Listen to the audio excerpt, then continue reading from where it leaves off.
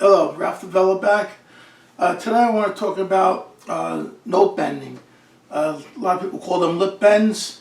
So this one exercise alone helps your trumpet playing in many different ways. So today I'm going to show you, if you have my book, in the book, you go to page 9. You don't have to have the book to do this, but I'll show you the example out of the books. This is the page where it's on here, and it gives you the instructions on how to do the lip bending and why it's good for you. Lip bending helps you find the center of the pitch, which of course that will give you a better tone. Also, lip bending, a lot of people don't realize everybody has a different theory about playing high. And some people say they use their tongue, other people say they do it with their lips and they make them tight, stretch them, don't stretch them.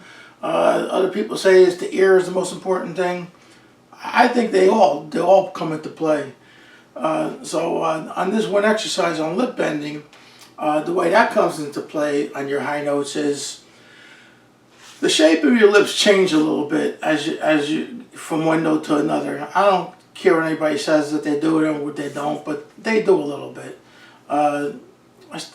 Besides studying with Cormac Crusoe, I studied with somebody called Jimmy Maxwell, and he used to talk about this all the time, that your shape of your lips will change a little bit.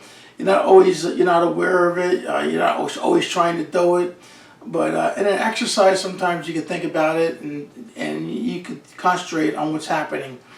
So a lot of times on the lip bending, to bend from one note to the other, the shape of your lips are going to change a little bit to bend from one note to the other. And it's the same thing as you're trying to get higher. The shape of your lips or the opening of your lips will change a little bit, very slightly. You know, you're not really trying to make a big change, but they will a little bit, along with the other things that go along with playing high notes. So a lot of people have this element missing out of their I guess repertoire when trying to play higher. This will also give you better endurance and definitely better lip flexibility. So let me show you. Let me show you the one exercise. This is the first lip bending exercise I have in this book. It goes along, and I have other ones too. So let's do the first one together. It only takes a couple minutes, and that's it. You're done for the lip bending for the day. Let me show it to you again. All right, now read these instructions on lip bending. Just read this and read this, just to give you an idea.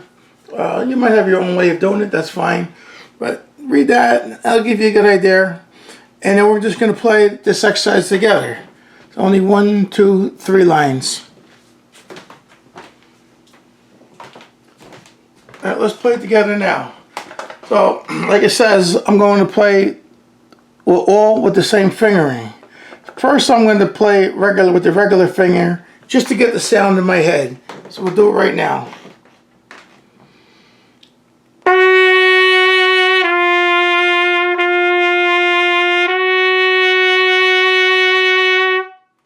Alright, so you get the sound in your head. Now you do it with just 2 and 3. So this whole exercise is done with just 2 and 3.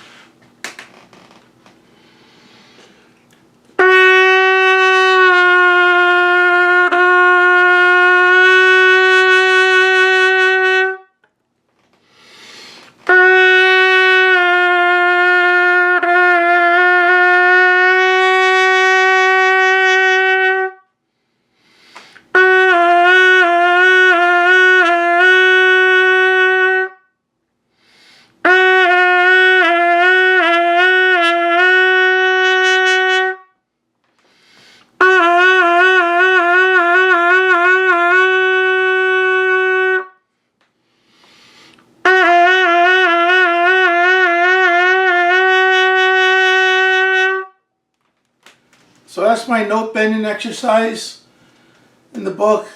If you have your own note bending exercises or you have a different one, that's fine. You don't need to buy the book, but if you buy the book, they're in there along with the instructions, and that, I say, is the introductory note bending exercise. It gets a little more complicated, a little more things added to it.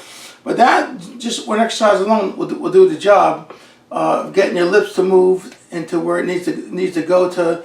I would say, like, I don't know if you want to say naturally, but we kind of want to do it without, you know, thinking about it. So we get the sound of the way it's supposed to go in our head. It will go there. That's more probably as important as any other thing, getting the sound in your head where you want to go. So this exercise will help you. It'll help your flexibility, definitely help your range, and help your sound.